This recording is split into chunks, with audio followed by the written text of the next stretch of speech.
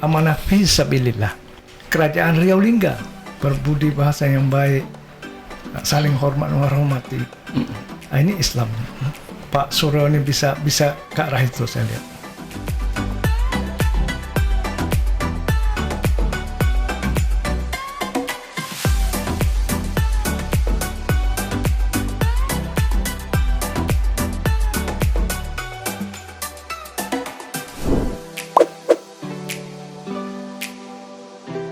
Assalamualaikum warahmatullahi wabarakatuh.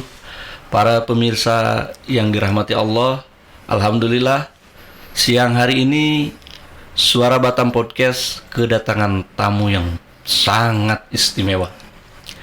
Siapa beliau? Beliau adalah Raja Ibrahim bin Sulaiman. Beliau salah seorang zuriat raja-raja di Pulau Penyengat.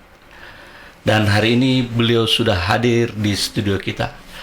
Assalamualaikum warahmatullahi wabarakatuh. Apa kabar Pak Raja? Waalaikumsalam warahmatullahi wabarakatuh. Alhamdulillah kabar baik, sehat walafiat juga Pak Rian. Alhamdulillah. Pak Raja, barangkali pemirsa kita ini ingin mendengar keturunan berapa Pak Raja ini di Pulau Penyengat. Bisa Pak Raja jelaskan? Ya, insya Allah. Oke, saya Raja Ibrahim bin Raja Sulaiman, bin Raja Muhammad, bin Raja Utsman, bin Raja Muhammad, bin Raja Ja'far yang di Pertuan Muda Riau ke-6 Kerajaan Riau, Johor dan Pahang, bin Raja Haji Fisabilillah. Masya Allah, Raja Haji Fisabilillah ya. Jadi saya generasi yang ketujuh. Generasi ketujuh. Dari Raja Haji Fisabilillah. Wow. Dan beliau ini kan pahlawan nasional nih, Raja Haji Fisabilillah ini kan di Provinsi Kepulauan Riau ini. Benar. Dan bicara ketujuh ini luar biasa Pak Raja. Langit bumi 7 lapis Pak Raja. Baik Pak Raja, ini kedatangan Pak Raja ini merupakan sesuatu yang sangat luar biasa bagi kami ini, terutama di studio Suara Batam Podcast. Dan tentu saja kami semua ingin mendengar apa yang mendorong Pak Raja ini begitu memperhatikan betul Provinsi Kepulauan Riau ini. Silakan Pak. Karena saya memperhatikan ini, karena kita sudah satu amanah. Amanah, saya sebut di sini amanah fisabilillah. Masya Allah ya.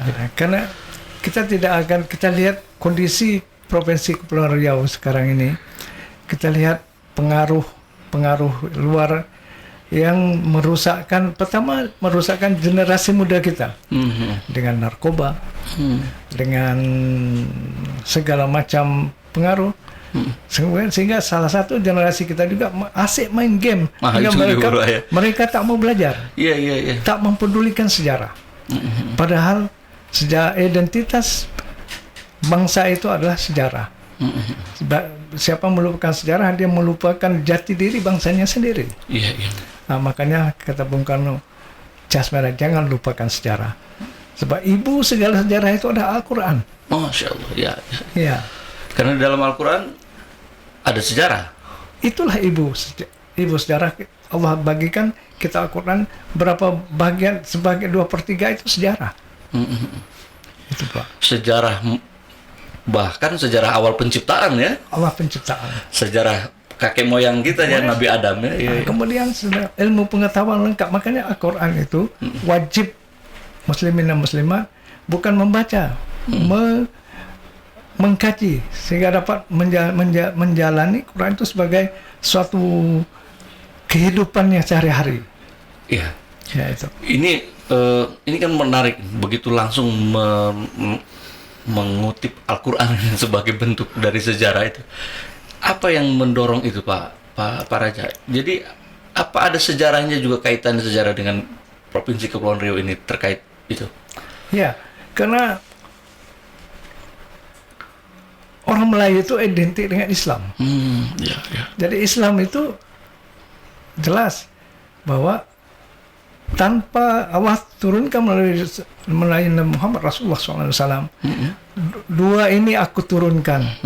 Kata Allah Ta'ala pada pertama Al-Quran dan hadis. Jadi Al-Quran ini menyelamatkan dunia akhirat bagi penduduk negeri, terutama Provinsi Kepulauan Riau ini, Iya, iya. kalau mau selamat, jalanilah yang benar Al-Quran ini. Itu dia. Jadi itu memang pesan Nabi ya, taroktu fikum amroini ma in tamassaktum bima lan tadulun abada, kita bawa Ya. sunnah Rasul ya. Dan Kepri ini karena Melayu tadi identik dengan Muslim. Muslim. Dan Provinsi Kepri ini adalah bagian juga yang tak dapat terpisahkan oleh Kerajaan Riau Lingga Iya, yang berpusatnya abad ke-19 itu di Pulau Penyengat. pusatnya. Ya. Jadi apa di Pulau Penyengat itu selain kerajaan?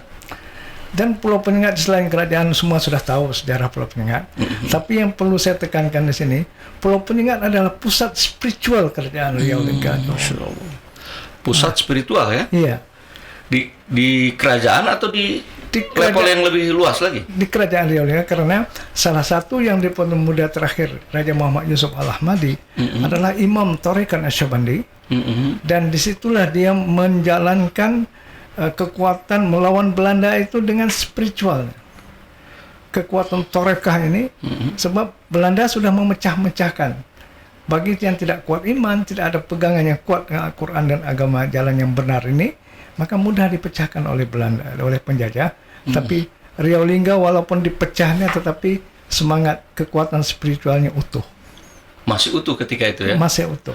Dan ada kaitan dengan Raja Haji Fisabilillah yang itu gimana? Iya, sebab mulai dari Raja Haji Fisabilillah, dari Opu Deng Merewa, Deng Cela, Sultan Sulaiman, kemudian di sini antara umara dan ulama itu mereka satukan dengan kekuatan rohani. Dengan agama yang benar, menjalankan Islam yang benar. Sebab Islam itu sekarang ini Pak, kita Islam sudah rusak. Sampai guru saya bilang bagaimana mengislamkan orang Islam.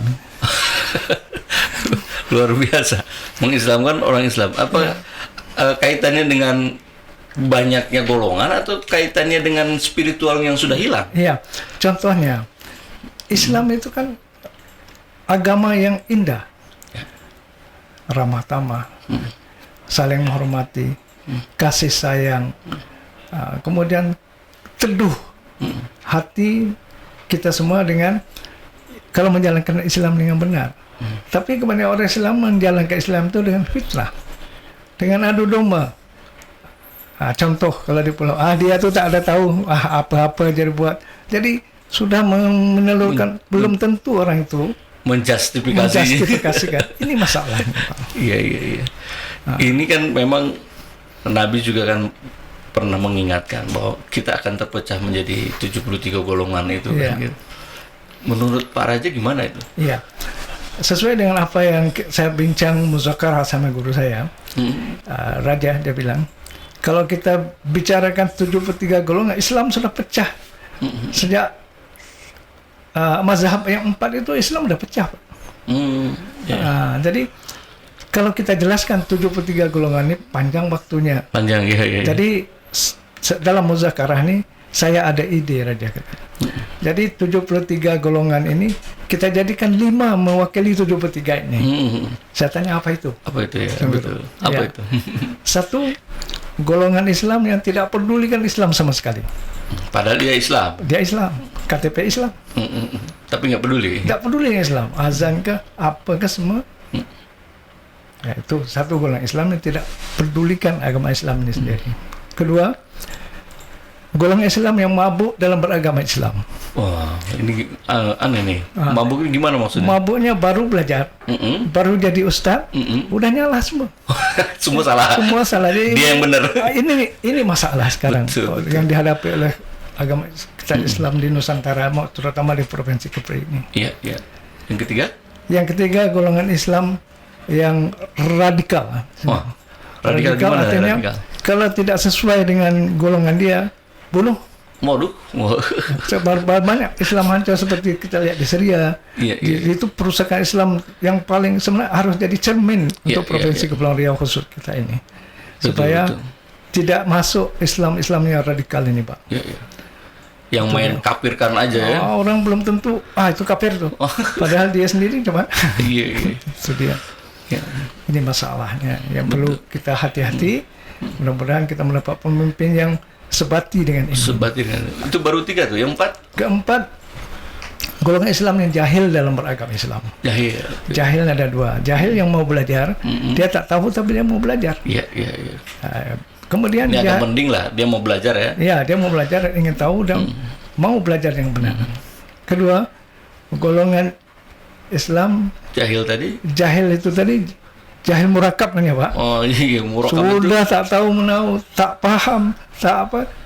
Dia pula yang menonjolkan diri. Engkau tuh tak betul katanya kan. Ini masalah. Ini jahil murakab ya. Jahil murakab. Nggak mau belajar ini. Dah tak tahu, tak mau belajar, menyalahkan. Menyalahkan orang. Ya Allah. Itu dia. Yang kelima? Yang kelima, inilah jatuhnya 5 Pak. Golongan Islam yang berbahagia di dalam Islam, yang dia menjalankan sunatullah, dia menjunjung tinggi Al-Quran dan hadis Rasulullah, serta menjalankan rukun Islam dan rukun iman yang sempurna. Iya. Dan ini yang kita harapkan. Islam yang terakhir inilah yang kita inginkan, bahwa berislam itu harus bahagia, harus tenang. Oh ya, insya Allah. Coba sekarang Pak, kita assalamualaikum tak ada jawab. Ya kan? Iya. Orang Islam sendiri kalau kita tanya mukanya nggak senyum Pak. Sama aja mukanya kadang-kadang. Macam Iya. itu. Masya Allah. Jadi kita mengembalikan kekuatan Islam ini kembali, sadarkan bahwa Islam itu kasih sayang, ramah tamah, berbudi bahasa yang baik, saling hormat menghormati. Ini Islam. Iya. Jadi saya melihat begitu semangatnya Pak Raja ini untuk menyampaikan spiritual ini kan, terlihat betul apa yang mendorong Pak Raja ini sekarang nih kelihatan begitu semangat. Karena Pak, akhir zaman ini hanya yang punya rohani tinggi yang dapat mententramkan terutama kedamaian di Provinsi Kepri, apalagi di dalam negara kesatuan Republik Indonesia ini. Jadi seperti itu yang paham dan kenal betul. Seperti kalau kita agama Islam kan, kita sholat. Nah, sebab Rasulullah bilang, awaluddin ma'rifatullah, awal agama kenal pada Allah. Dan kebanyakan kita nih sholat tapi kita tak kenal. Ini yang jadi masalah yang harus kita tuntaskan Pak. Ma'rifatullah, berarti kan wilayah tauhidnya lah yang mungkin kosong. Ya. Sebab kuncinya pada tauhid. Kunci pada tauhid. Awaluddin ma'rifatullah. Iya. Dari mana memulainya Pak Raja kira-kira? Kita mulai ada dari dalam keluarga kita sendiri dulu. Dalam keluarga. Ya. Harus berilmu. Satu, ilmu ini menentukan kualitas, mau belajar. Kemudian ada guru, ingin berguru. Sebab selagi ini tidak ditempuh, kehidupan kita menikah remaja yang betul-betul. Kalau kita balik kepada pantun Melayu, pantun pusaka Pak. Apa tuh? Kuat rumah kena sendi, rosak sendi rumah binasa. Kuat bangsa kena budi, rosak budi binasa bangsa Pak. Kita tengok keadaan kita sekarang. Nggak ada budi atau akhlak barangkali ya? Budi pekerti. Budi pekerti. Akhlak itu. Pak Raja, ini tentu saja kan semua gerak ini semua Allah yang mendorong. Tapi tentu kita juga memiliki ikhtiar barangkali. Iya, karena Allah sudah berfirman dalam Al-Quran itu tadi. Allah tidak merubah nasib manusia itu.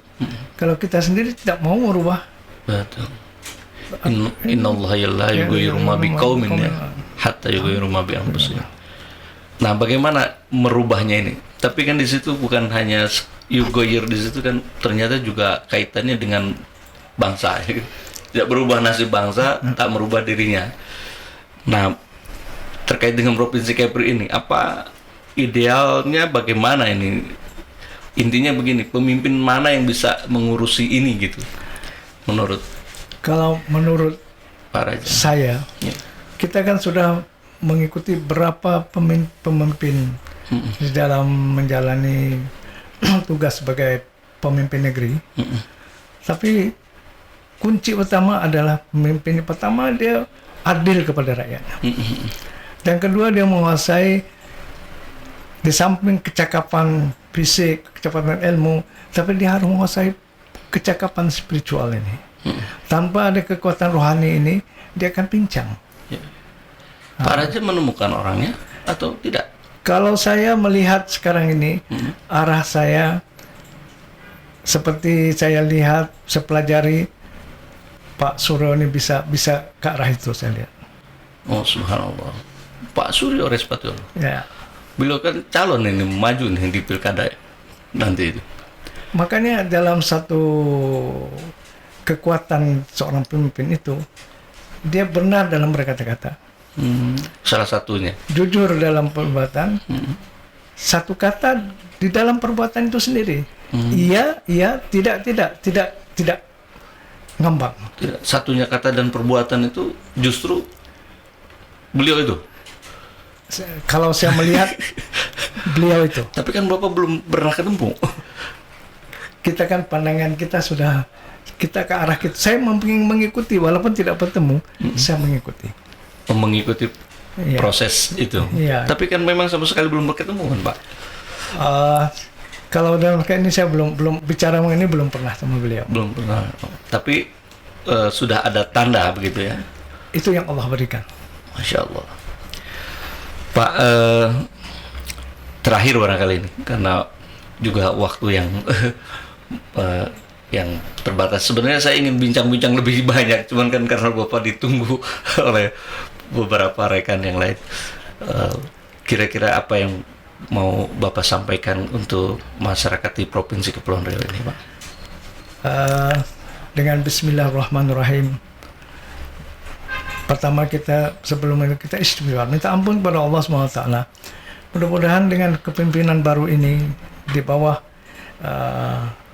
majunya Pak Suryo, mudah-mudahan dia menjadi pemimpin yang membawa negeri Kepulauan Riau menjadi negeri yang baldatun taibatun warabun ghafur, negeri yang maju, sejahtera dan aman damai di dalam pengampunan Allah. Amin ya Allah ya Rabbal Alamin. Hadirin yang dirahmati Allah, demikian tadi perbincangan singkat saya dengan Bapak Raja Ibrahim bin Sulaiman. Beliau telah memaparkan dari sejarah sampai akhir, meskipun kita memang membutuhkan waktu yang lebih banyak lagi dengan beliau, tapi karena memang waktu yang terbatas, kita akhiri perbincangan kita pada siang hari ini. Billahi taufiq wal hidayah, wallahu muwaffiq ila aqwamit thoriq. Assalamualaikum warahmatullahi wabarakatuh. Waalaikumsalam. Naik haji pergi ke Mekah. Saya memakai jubahnya labuh. Masya. Wabillahi taufiq wal hidayah. Assalamualaikum warahmatullahi wabarakatuh.